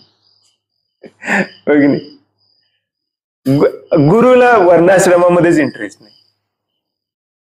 ही वाईट अवस्था आहे, व्हेरी बॅड. का वर्णाश्रम? मला एक कळत नाही. काही गुरु तर म्हणतात की वर्णाश्रम बोगस आहे, वर्णाश्रम काही शक्य नाहीये, प्रभुपादांनी सांगायचं म्हणून सांगितलं, तुम्ही सगळं विसरून जावा. मग तुम्ही पण विसरा ना, तुम्ही कशाला वर्णाश्रमातला एक पार्ट करताय संन्यासाचा? वर्णाश्रमाचा पार्ट आहे तो, हो की नाही? ऍक्च्युली गुरुनी वर्ण ठरवायचं असतं, गुरुचं पद खूप सिरियस असतं, एवढंच डेंजरस पण असतं. आता ते पण शक्य नाही, मग आपण कसा वर्ण ठरवायचा? आपण वर्ण ठरवायचा की मी भगवंतांच्या सेवेमध्ये मला 24 तास राहायचं आहे, हे भगवद्गीतेचा मला उपदेश आहे, बरोबर आहे, स्टेप 1. दुसरा स्टेप म्हणजे माझ्या अंगात काय गुण आहेत जे मी भगवंतांसाठी परफेक्टली करू शकतो. मला स्वयंपाक खूप चांगला करता येतो, मग तेच मी जर करतो म्हटलं तर भगवंत खुश होतील. मी म्हटलं नाही मला मंदिर अध्यक्ष करा, तर मी मंदिराची पण वाट लावणार आणि भगवंतांची सेवा पण होणार नाही, बरोबर आहे ना, हो की नाही? त्यामुळे आजच्या युगामध्ये आपल्याला स्वतःलाच ठरवायचं आहे की भगवंतांसाठी मी काय सेवा करणार आहे, आणि जे बेस्ट आपल्याला जमतं ते बेस्ट करणे म्हणजेच गुणाप्रमाणे करणे. थोडंसं चुकेल, वरिष्ठ जे शुद्ध भक्त असतात त्यांच्या मार्गदर्शनाखाली राहिलं पाहिजे, त्यांच्या मार्गदर्शनाखाली आपल्याला कळतं, कारण आयुष्यभरच नाही, कित्येक जन्म ऍक्च्युली आपण चुकीच्या वर्णाचं वागतोय. जो शहरात राहतो तो स्पर्धेमध्येच असतो, त्याला स्वतःचा वर्ण देखील कळत नाही. प्रभुपाद सांगतात तुम्हाला तुमचा वर्ण समजायचा असेल, पहिल्यांदा तुम्ही शहरातून बाहेर पडलं पाहिजे, नैसर्गिक वातावरणामध्ये आलं पाहिजे, जिथे गरजा सगळ्या संपलेल्या असतात, सिंपल राहणीमान असतं, मग मनातले विचार बाहेर येतात, अरे मग मी करू काय, मला काय जमतं, हे बेस्ट जमतं, हे मी भगवंतांसाठी करतो. लहान मुलांचं पण वर्ण तुम्ही शहरामध्ये समजून घेऊ शकत नाही, कारण तो शेजारच्या मुलाकडे गेम आहे म्हणून तो गेम मागत असतो, त्याचा वर्ण तुम्ही कसा ओळखणार? तर हा शेवटचा मुद्दा, वर्ण कसा ओळखायचा, वर्ण काय असतात, त्यांची लक्षणं काय असतात, त्यांचे काम काय असतात, ओळखायचे कसे, आणि हे त्याच वर्णाप्रमाणे का वागलं पाहिजे आणि नाही वागलं तर काय होतं ते उद्या वाचायचं, आपण उद्या त्याच्याबद्दल चर्चा करायची, आणि तो मुद्दा अत्यंत महत्वाचा आहे. आज आपण इथेच थांबूया, थोडासा उशीर पण झालाय, त्यामुळे मी तुम्हाला विनंती करतो की याच्या संबंधितच प्रश्न विचारा. तुमचा दुसरा काही प्रश्न असेल तर तो उद्या विचारा. कोणाला अशी शंका आहे का की हे वर्णाश्रम काय आहे, वर्णाश्रमाची भानगड काय, कसा असतो वर्ण, कसा ठरवला जातो वर्ण, याच्याबद्दल काही शंका कुशंका असतील, कुशंका, तर ते विचारा. बाकीचे प्रश्न आपण उद्या बघूया.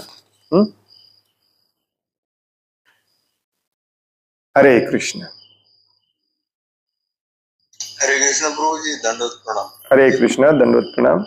प्रभूजी आता वर्णाश्रमाबद्दल बोलला, मला म्हणजे लहानपणापासूनच म्हणजे मिलिटरी मध्ये जाण्याची इच्छा होती, थोडासा सत्यवचनी होतो आणि खोट्याचा फार राग यायचा, काही कारणास्तव जाऊ शकलो नाही, बॉर्डर लाईनला जॉब होता, आयुष्यभर सर्व्हिस केली 2-3 ठिकाणी, ते माझं शूद्रच कर्म आता करतोय, पण त्यात आता रुळलंय, पण मूळ स्वभाव माझा क्षत्रियाचाच होता, पण आता नाईलाज असतो शूद्राचा हे रोल करतोय, पण आयुष्य काढून टाकलंय. आता मला म्हणजे शूद्रच समजून घेतोय मी मला. क्षत्रियाचा गुण असून सुद्धा मी त्याचा उपभोग घेऊ शकलो नाही काही कारणास्तव आणि करू शकतो. अजून पण त्याचे गुण आहेत थोडेफार.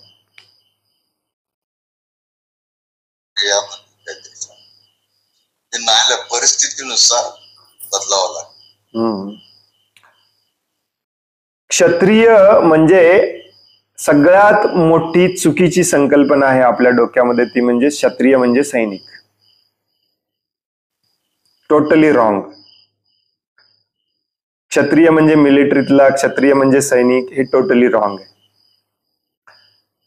समजा तुम्ही रस्त्यावरून चाललाय आणि एखाद्या व्यक्तीला मदत पाहिजे, जो धैर्याने शौर्याने मदत करतो तो क्षत्रिय असतो. क्षत्रियाचा स्वभाव असतो दुसऱ्यासाठी जीव धोक्यात टाकणे. त्याच्यासाठी मिलिटरीत जॉईन करायला पाहिजे किंवा सैनिकच व्हायला पाहिजे. जसं मी मगाशी म्हणालो, राजा आणि राजाचे सेनापती हे क्षत्रिय असतात, बाकीचे 10 लाख सैनिक सगळे शूद्र असतात.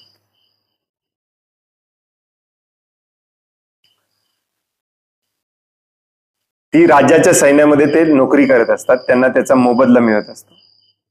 क्षत्रिय आणि ब्राह्मणाला कधीच मोबदला मिळत नसतो. ऍब्सोल्युटली नो पगार. क्षत्रिय कोण असतो? ज्याच्या हृदयामध्ये दुसऱ्याचं रक्षण करायची ताकद आहे. त्याहीपेक्षा आत्ताच्या स्थितीमध्ये, आत्ताच्या परिस्थितीमध्ये क्षत्रिय परफेक्टली समजावून घ्यायचा म्हणजे मॅनेजर. क्षत्रिय म्हणजे मॅनेजर. आपल्या मंदिरचा जो अध्यक्ष असतो तो परफेक्टली क्षत्रिय असला पाहिजे, मग आपलं मंदिर व्यवस्थित चालतं. कुठलीही संस्था असो, कुठलेही इवन घरामध्ये सगळी व्यवस्था व्यवस्थित बघणे, टापटीपपणे, तो हुशार असतो, प्रत्येक गोष्ट लक्षात ठेवतो. क्षत्रिय सध्याच्या स्थितीमध्ये क्षत्रिय म्हणजे परफेक्ट मॅनेजर. आता प्रभुपादांनी शेतीवर आधारित भक्तांचे समुदाय निर्माण करायला सांगितले, जिथे वर्णाश्रमाची स्थापना करायला सांगितली. आता इथे काय आपल्याला सैनिक नेमायचे नाही आहेत शेतीवरती, पण प्रभुपादांनी ते पण सांगितलंय बंदुका ठेवा, कारण थोड्याच दिवसांनी सगळं खाणं पिणं नष्ट होणार आहे, लोक तुमच्याकडे लुटायला येणार आहेत, तुम्ही स्वतःचं रक्षण पण तुम्हाला करता आलं पाहिजे. बंदुका, चाकू, तलवारी सगळं ठेवा, प्रभुपाद सांगतात. परंतु ऍक्च्युली इथे आम्ही आमच्या शेती प्रोजेक्ट मध्ये वर्णाश्रम इम्प्लिमेंट करणार आहोत. मग आम्हाला क्षत्रिय पाहिजे म्हणजे कोण पाहिजे? परफेक्ट मॅनेजर पाहिजे. क्षत्रियाचं गुण असतं मॅनेजमेंट व्यवस्थित करणे. परफेक्ट मॅनेजमेंट म्हणजे काय? सगळं व्यवस्थित ठेवणे नव्हे. परफेक्ट मॅनेजमेंट म्हणजे जे लोक माझ्या मॅनेजमेंट खाली आहेत, जेवढे लोक माझ्या मॅनेजमेंट खाली आहेत, त्या कुठल्याही लोकांवरती कशाही प्रकारचा अत्याचार झाला नसला पाहिजे, एकाला कमी एकाला जास्त झालं नसलं पाहिजे, त्याला म्हणायचं परफेक्ट मॅनेजमेंट. म्हणून मी प्रभूजी तुम्हालाच बहुतेक मी मागे एकदा म्हणालेलो की तुम्ही 80 काय 90 वर्षाचे जरी असला तरी तुम्ही भगवंतांची सेवा वर्णाश्रम मध्ये करू शकता. मॅनेजमेंट हे काही फक्त यंग लोकांचंच काम नसतं. ही इच्छा असली पाहिजे भगवंतांची सेवा करायची, बस. आणि जो तिसरं जे लक्षण असतं क्षत्रियाचं, ते म्हणजे लोकांच्या कल्याणासाठी काम करणे. शिवाजी महाराज म्हटलं की आपल्या डोळ्यासमोर येतं दोन्ही पाय वर केलेला घोडा आणि हातात तलवार. कोणाला माहितीच नाहीये, शिवाजी महाराज गावागावात जायचे, बैलगाडी तयार करून द्यायचे, बैल जोड्या दान करायचे. ज्या शेतकऱ्यांना पाटील कुलकर्णी लुटत होते ती वतनं बंद केली शिवाजी महाराजांनी. शिवाजी महाराज हे पहिले महाराज होते ज्यांनी वतनं बंद केली, पूर्णपणे बंद केली वतनदारी. त्यांचा कर हलका केला, समाजामध्ये सुव्यवस्था निर्माण केली. हे राजाचं काम असतंय. राजाचं काम फक्त लढणे नसतं, हे लक्षात घ्या. म्हणून कन्फ्यूज होऊ नका. आता या युगामध्ये तर ऍक्च्युली लढण्याचा आणि क्षत्रियाचा तेवढा जास्त संबंध राहिलेलाच नाही. परंतु मॅनेजमेंट आणि वेलफेअर म्हणजे जनकल्याण, या दोन गोष्टी ज्याला जमतात तो क्षत्रिय. त्याने क्षत्रियाचं काम केलं पाहिजे. भगवंतांच्या सेवेसाठी, शिल प्रभुपादांच्या सेवेसाठी ही कामं हातात त्यांनी घेतली पाहिजेत. Actually very very very important. जे सैनिक आहेत आपल्या भारतीय सैन्यामध्ये, ते एक वेळ ब्राह्मण क्षत्रिय स्वभावाचे असतील, परंतु त्याच्या वरचे जे सगळे आहेत भ्रष्ट, ते एक नंबरचे थर्ड क्लास शूद्र आहेत, शूद्राच्या पण खालचे. पूर्वीच्या काळामध्ये जो खरा क्षत्रिय असायचा तो युद्धामध्ये सगळ्यात पुढे असायचा, बाकीचे सैनिक मागे असायचे. आता पंतप्रधानापासून लष्कर मंत्री देखील तळघरात राहून फक्त ऑर्डर सोडतो. मरतात बॉर्डरवरती आपले बिचारे सैनिक, हो की नाही? एनिवे, हे बिचारे सैनिकांना मी बिचारे का म्हटलं? भागवतम मध्ये सांगितलंय राजाचं, क्षत्रियाचं आणखीन एक कर्तव्य असतं, म्हणजे प्रजेतल्या प्रत्येक व्यक्तीला रोजगार, कामगार, काम आहे की नाही ते बघणे. मोकळा कुणी नसला पाहिजे. मोकळा असला की तो अधार्मिक वागणार आणि समाजाला उत्पात निर्माण करणार. त्यामुळे प्रत्येकाला काम आहे की नाही हे पाहणे हे राजाचं काम असतं. आणि मॅक्झिमम लोक आज मिलिटरीमध्ये भरती होतात कारण दुसरीकडे कुठे काम मिळत नाही. भारतातच नाही, अमेरिकेत देखील हाच प्रकार आहे. मग आता तुम्ही म्हणाल प्रभूजी हे सैन्य काय गरजेचं नाहीये का? देशाचं रक्षण करायचं नाही का? येस, करायचं आहे, नाही असं नाही. देशाचं रक्षण करायला सैनिक पाहिजेत, सैन्य पाहिजे. आपण त्यांचे ऋणी आहोत.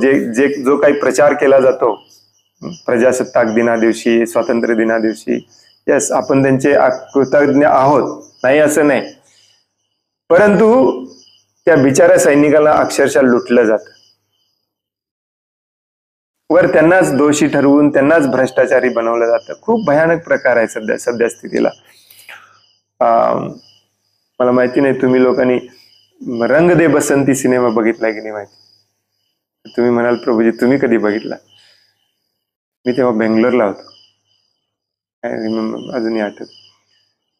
तर त्या सिनेमामध्ये जे दाखवलेलं आहे ती सत्य परिस्थिती आहे.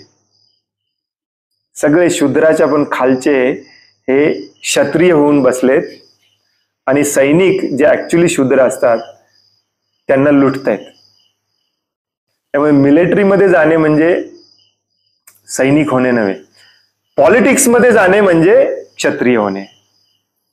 प्रभुपाद सांगायचे मिलिटरी जॉईन करणे म्हणजे क्षत्रिय होणे नव्हे, पॉलिटिक्स जॉईन केलं पाहिजे. तुम्ही तुमच्या अंगामध्ये खरोखर क्षत्रियाचे गुण असतील तर तुम्ही पॉलिटिक्स जॉईन केलं पाहिजे. का?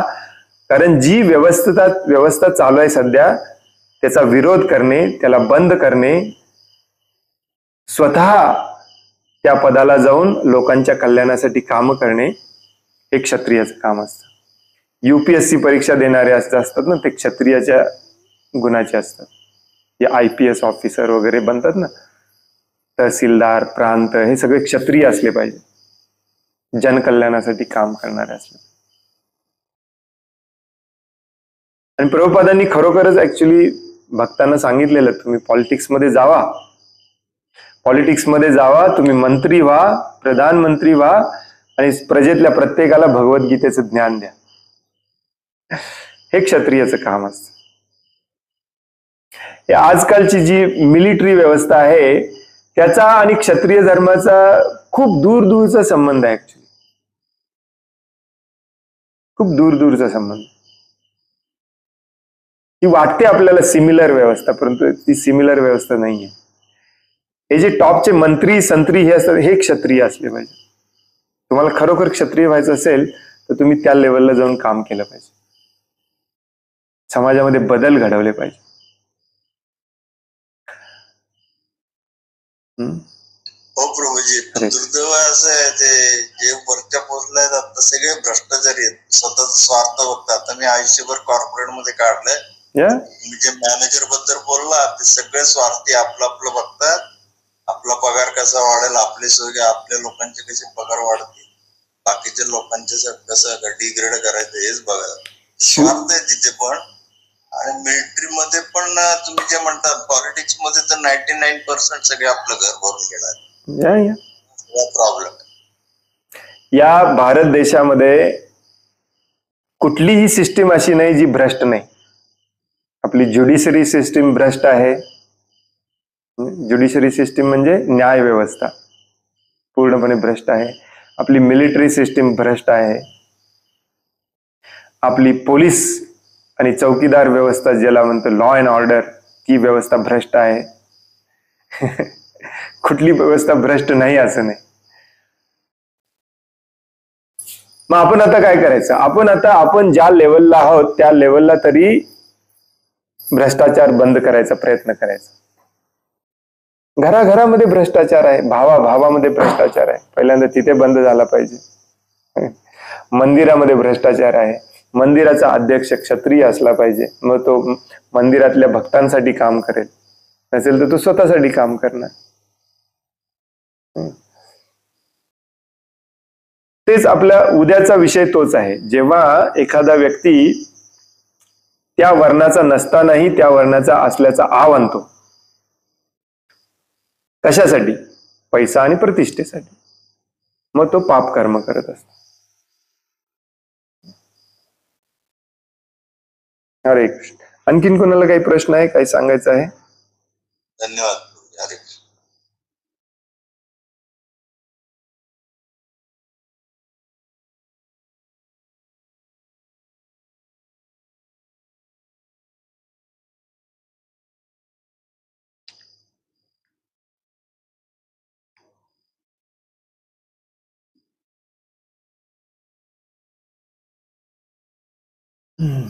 बरेचसे लोक म्हणतात की मग तुम्ही एवढं बोलता तर मग तुम्हीच का करत नाही?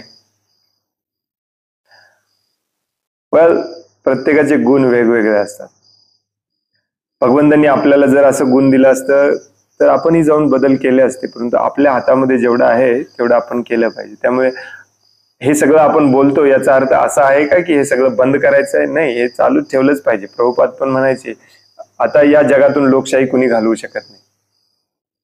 प्रभुपाद नेहमी म्हणायचे राजेशाही बेस्ट असते, लोकशाही एक नंबरची बोगस व्यवस्था असते, परंतु लोकशाही एवढी स्ट्रॉंग झालेली आहे की याला आता कुणी हलवू शकत नाही. त्यामुळे जे आहे, ज्या देशात तुम्ही राहता, ज्या प्रांतात तुम्ही राहता, ज्या राज्यात तुम्ही राहता, त्या राज्याचे देशाचे कायदे डिव्होटी लोकांनी भक्तांनी पण मान्य केले पाहिजेत.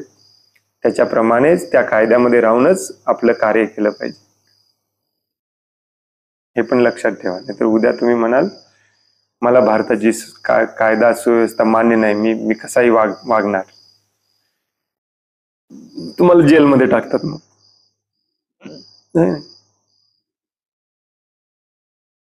आपल्या आचार्यांनी जे आपल्याला सांगितलंय त्याचं थोडस पालन करायचं आपण. त्यामुळे हे सगळं जरी बोगस असलं तरी हे मिलिटरी, एअरफोर्स, नेव्ही बंद करायची का नाही? बंद केली की मग भारत दुसऱ्या दिवशी संपेल. त्यामुळे हे कार्य करतात, नाही असं नाही, खूप चांगलं काम करतात, देशाला वाचवायचं, आपलं संरक्षण करायचं. परंतु दुर्दैवाची गोष्ट अशी आहे की आपल्या देशाला बाहेरच्या देशाकडून जेवढा धोका नाही आहे तेवढ्या या आतल्या भ्रष्ट लोकांचा धोका आहे. आतूनच पोखरत चाललेत हे भ्रष्ट नेते पूर्ण देश. यांच्यापासून आपल्याला वाचवायला कुठून आर्मी आणायची? कुठे आर्मी? ती आर्मी कुठे आहे? हो की नाही? ती वाईट अवस्था आहे सध्या स्थितीला. आणि आपलं काम पण नाही आहे हे सगळं बदलणे. आपलं काम आहे भगवद्गीतेचं ज्ञान देणे, आपल्या आपल्या लेवलला हे वर्णाश्रम स्थापन करायचा प्रयत्न करणे, जसं प्रभुपादांनी आपल्याला आदेश दिलेला आहे. शुद्ध भक्त होणे, भगवत धामात जाणे, आणि या भगवत धामात जाण्याच्या मार्गावरती जेवढ्या लोकांना हे ज्ञान देता येईल, जेवढ्या लोकांना भगवत धामात जाण्यासाठी प्रोत्साहन देता येईल, प्रवृत्त करता येईल, तेवढं करणे हीच भगवंतांची सेवा आहे. या दृष्टिकोनातूनच आपल्याला सगळं करायचं आहे. भारताची सिस्टीम बदलायची नाही आपल्याला. आपल्याला आपण ज्या गावामध्ये राहतोय त्या गावाची सिस्टीम पण बदलायची नाही आपल्याला, आणि ते तुमच्या हातात नाहीच आहे, हे लक्षात ठेवा. वर्णाश्रमचा खूप चुकीचा अर्थ काढला जातो भक्तांमध्ये देखील. मी एकदा एका भक्ताशी बोलत होतो, तो म्हणाला, प्रभूजी आता शक्य आहे काय, कुठून आणायचा राजा आणि कुठून आणायचे ब्राह्मण आणि कुठून आणायचे वैश्य, एवढ्या मोठ्या स्केलला करायचं नाहीये आपल्याला, ती करू पण शकत नाही आपण. आपल्या आपल्या भक्तांचा समुदाय बनवायला सांगितलंय प्रभुपादांनी. 10, 20, 30 भक्त एकत्र राहावा, शेती करा आणि त्या कम्युनिटीमध्ये, त्या समाजामध्ये तुम्ही ही व्यवस्था निर्माण करा. ब्राह्मण असतील ते मार्गदर्शन करतील, क्षत्रिय असतील जे मॅनेजमेंट करतील सगळ्या प्रोजेक्टचा, वैश्य असतील ते धनधान्य उत्पन्न करायला मदत करतील, गायींची काळजी घेतील, आणि शूद्र असतील ते जनरली सगळीकडे सेवा करतील, मदत करतील. आणि या सिस्टीम मध्ये तुम्ही सुखी राहू शकता, हे लक्षात ठेवा. आणि हे आपल्याला करायचंच आहे. म्हणूनच प्रभुपादांनी पहिल्या दिवसापासून याचं नाव ठेवलेलं आहे society, international society for Krishna consciousness. International organization नाही आहे, इंटरनॅशनल इन्स्टिट्यूशन नाही आहे, ही सोसायटी आहे, कम्युनिटी याला म्हणतात. या लेवलने विचार करा, एवढ्या मोठ्या लेवलने विचार करूच नका.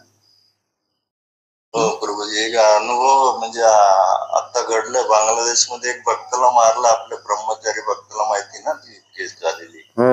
तेव्हा हिंदुस्थानमध्ये मोठ्या लेवलला मीटिंग चालू झाली की आपल्यामध्ये आता क्षत्रिय असलेले पण भक्त, जो ब्रह्मचारी असो किंवा साधा ग्रस्त असो, पण ज्यात क्षत्रिय गुण आहेत म्हणजे त्यांची रक्षण करण्यासाठी असे लोक पण आता निवडून त्यांना फ्रंटला ठेवायला पाहिजे, त्यांचं रक्षण करायला, असं ठरलं होतं मीटिंग वरच्या लेवल. कुठल्या मीटिंग मध्ये ठरलं माहिती नाही, माझ्या तर कानावरती आलं की आपण फक्त हिंदू मुस्लिम हिंदू मुस्लिम हिंदू मुस्लिमच केलो महिनाभर आणि विसरून गेलो. प्रभुपादांनी हे सांगितलं, हे जर आपण पहिल्या दिवसापासून केलं असतं, आज 60 वर्ष झाली प्रभुपादांनी सांगून, आज आपल्याकडे त्यांचं रक्षण करणारे क्षत्रिय तयार झाले असते 60 वर्षात. ही आपली दुर्दैवी अवस्था आहे, आपली देखील. त्यामुळे ते मुस्लिमांना दोष देण्यात काही अर्थ नाहीये, आपली चूक आहे सगळी. ऍक्च्युली आपण आपल्या आचार्यांचं ऐकलं नाही.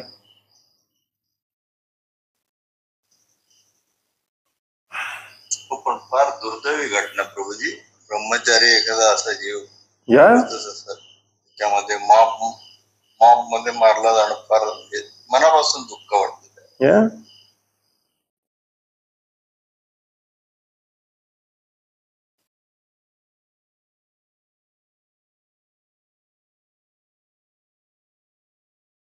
एवढं होऊन देखील कोणाला वर्णाश्रम सिरियसली घ्यायचं नाहीये, याचं अजून वाईट वाटतं.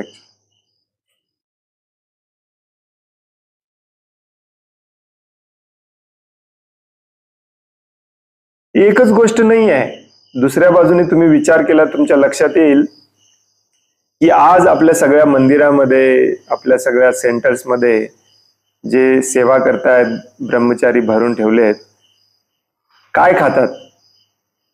डाळ भात, विष मारलेले भाज्या आणि विषारी तेल.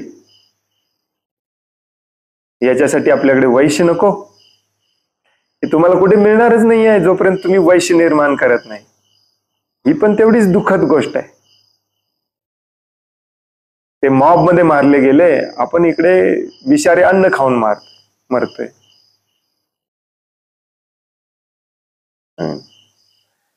ज्या प्रमाणामध्ये हे विषारी अन्न खाल्ल्यामुळे आपली प्रकृती बिघडत आहे, ही संकीर्तन चळवळ पुढचे 10,000 वर्ष कशी टिकणार? सगळे मरतुगडे संकीर्तन सैनिक निर्माण करायला लागलोय आपण, ज्यांना एक वेळचं पौष्टिक अन्न आपण व्यवस्थित देऊ शकत नाही. त्याच्यासाठी वैश्य पाहिजे, पॉवरफुल वैश्याची आपल्याकडे आर्मी असली पाहिजे. आणि वैश्य, क्षत्रिय, ब्राह्मण यांनी काम करायचं असेल तर ट्रेनिंग दिलेले शूद्र पाहिजे. या सगळ्यांमध्ये आदराचा, कोऑपरेशनचा, सहकार्याचा भाव असला पाहिजे, मग हे शक्य होणार.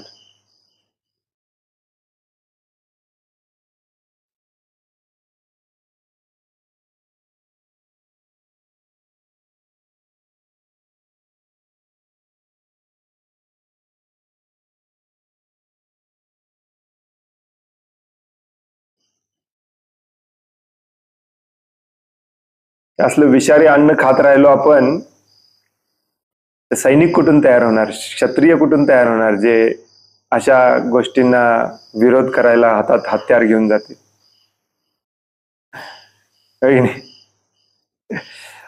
त्यामुळे एक एक खूप सिनियर भक्त आहेत ऍक्च्युली, ज्यांना वर्णाश्रमाबद्दल कळकळ आहे, तळमळ आहे.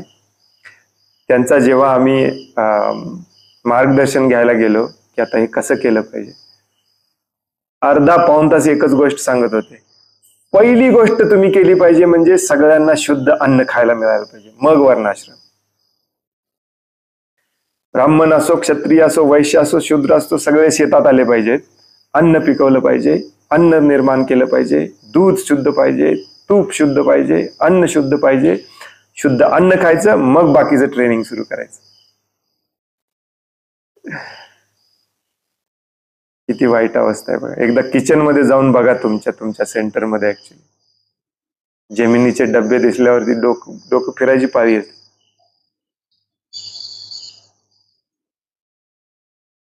हा तर फार मोठा विषय. भेसळ आहे, भेसळ. कसं आहे ही गोष्ट, बरोबर. शहरात तर सगळ्यात तसंच आहे. हरे कृष्ण. आणखीन कोणाला काही प्रश्न आहे, काही सांगायचं आहे?